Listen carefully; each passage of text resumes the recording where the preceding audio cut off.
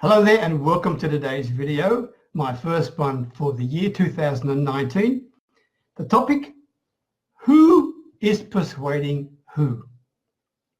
Who is persuading who? I've used this particular topic for this video today because many people who are involved in small business of all sorts, right, have a real difficulty when it comes to promoting and selling their darn services. So I thought what I would do is share some simple thoughts with you today that may help you a little bit more. I mean, look at it this way. And I want you to be really honest with yourself, right? And it's only going to be a quick video. One, have you ever felt discomfort when people rejected your particular solution to whatever their problem might be? Of course you have, right? Right? Have you ever felt frustrated because the prospect doesn't seem to be listening to you? They're looking around and they're checking out their phone and they're nodding to you, but you know they're not really listening, okay? You felt that sort of frustration? Of course you have, right? Have you felt awkward about actually picking up the phone and calling a lead, right? No doubt you have, right? And what about this? Maybe even worse, prospecting for cold leads. Of course these things make you feel yucky, right? Okay? And finally, this is the killer. If you get a prospect interested, then you feel uncomfortable in asking them to buy, right? All these things make it really difficult for you as a small business operator to be viable, right? You must agree with that, okay? Because all these things are seeming to be working against you. Now, why is this? Why do we think that way? Why do we react that way? Okay? And it's really a question of who is persuading who. Okay?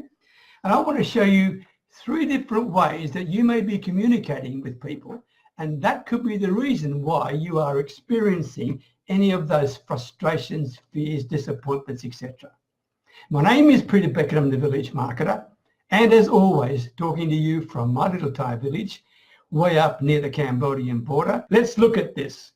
What are the 3 types of communication styles? Okay. Well, behavioral scientists have shown, and I want you to just trust me on this bit, right? Because I'm no behavioral scientist, but I read a lot about communications, about all the factors that lead to people dealing with people and relationships. And the behavioral scientists have proved beyond doubt that the least persuasive form of communication is when you're telling somebody or when you're presenting to something, right? You just present, or you're telling.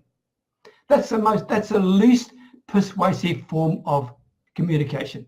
A little bit better and a little bit more persuasive is when you interact with your audience, okay? And you maybe discuss a little bit with them.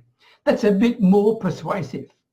But by far and away, by a country mile, the most influential and the most persuasive form of communication is when you enable the other person to simply convince themselves, okay? Simply to persuade themselves about whatever it may be. That is powerful, truly powerful when you can do that, right? But 99% of people in sales and marketing focus on the first approach. They tell, they present, they tell, they present, and they go on and on and on and on. And they do the presentation because they've been fine-tuned for it. They got their PowerPoint already done or whatever it may be, and they go through it all, right? Least persuasive of all, least persuasive, okay? The key issue, to be quite frank with you, the really key issue is not the way you talk. It is the questions that you ask, okay? I mean, let me share this with you. If you get rejected or you feel down or you feel uncomfortable, etc., then maybe you sometimes feel like a fraud. Now, asking you, this is a very personal question, and this is a rhetorical question, but ask yourself, do you sometimes feel like a fraud? I mean, you're not alone, because 70% of the population do in this situation. It's called imposter syndrome, okay?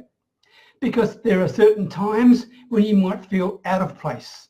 There are certain times when you feel like you don't belong. There are certain times when you internalize this message that you are not the real deal, that you don't expect people to actually really trust and respect you, or more important, to admire you, okay, and to put you up as an expert. Deep down inside of you, you don't feel that strength. You don't feel that confidence. Now, if I'm ringing any bells with you here, that is because you have not had sufficient success in asking the right questions in order to get people to persuade themselves. And if you are like that, you're suffering both emotionally and you're suffering financially. All right, you really are. So I'm going to finish with this.